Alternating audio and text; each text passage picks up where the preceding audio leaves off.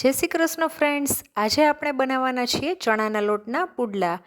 પુડલા બનાવવા માટે આપણે બેટર બનાવવાની જ ખૂબી હોય છે. જો બેટર વ્યવસ્થિત બન્યું હોય છે તો આપણા પુડલા પણ ચોક્કસથી સરસ બને છે. તો સૌથી પહેલાં આપણે અહીંયા એક ડુંગળીને સમારી લેવાની છે. જો તમે ડુંગળી ના ખાતા હો તો ડુંગળીને સ્કીપ પણ કરી શકો છો, પણ ડુંગળી નાખવાથી ટેસ્ટ ખૂબ જ સરસ આવે છે. ત્યાર પછી આપણે અહીંયા એક ટમેટાને પણ સમારી લેવાનું છે. ત્યાર પછી આપણે એમાં 8 થી 10 કળી લસણ લેવાની છે અને લસણને પણ સમારી લેવાનું છે.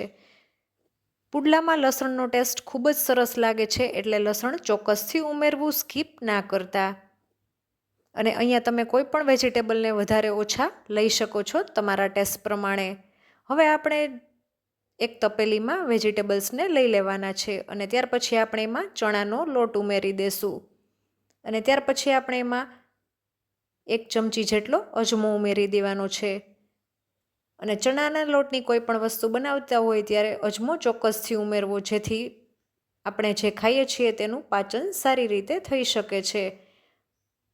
અને ત્યાર પછી આપણે એમાં 1 ચમચી જેટલી હિંગ ઉમેરી દેવાની છે, નાની ચમચી.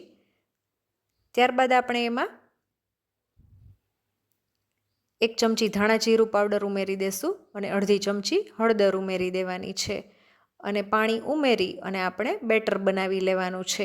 અહીંયા આપણે બ્લેન્ડરથી બેટર બનાવી લેશું, જેથી કરીને ડુંગળી અને ટમેટાં પણ સારી રીતે ક્રશ થઈ જાય અને પુડલું પાથરતી વખતે તમને કોઈ પણ પ્રોબ્લેમ ના થાય અને પુડલા સરસ આપણા પતલા બને છે.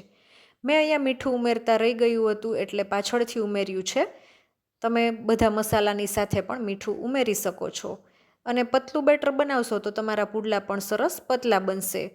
હવે ગેસ ઉપર લોઢી ગરમ થવા માટે મૂકી દીધી છે અને 1 ચમચી જેટલું તેલ ઉમેરી દેશું ફરતે. અને પછી આપણે આ રીતના થોડું બેટર લઈ અને ગોળ ગોળ ફેરવતા જઈએ અને પુડલું પાથરી લેવાનું છે. આ રીતે તમે બનાવશો એટલે તમારા પુડલા પણ એકદમ સરસ પતલા અને સરસ બનવાના છે. પુડલું પાથરી લીધા પછી આપણે ફરતે તેલ ઉમેરી દેવાનું છે આ રીતના સાઈડમાં.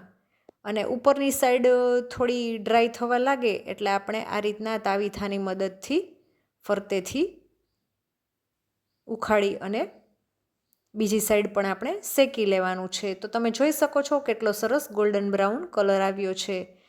ફરીથી આપણે ફરતે થોડું થોડું તેલ ઉમેરી દેવાનું છે. તમે જોઈ શકો છો કેટલા સરસ આપણા પતલા પુડલા અને એકદમ બ્રાઉન કલર પણ સરસ આવ્યો છે. અને તો તૈયાર છે આપણા પુડલા. તો તમે એને લીલી ચટણી સાથે સર્વ કરી શકો છો. ફરી મળીશું નવા વિડીયો સાથે. ત્યાં સુધી આવજો. Thanks for watching.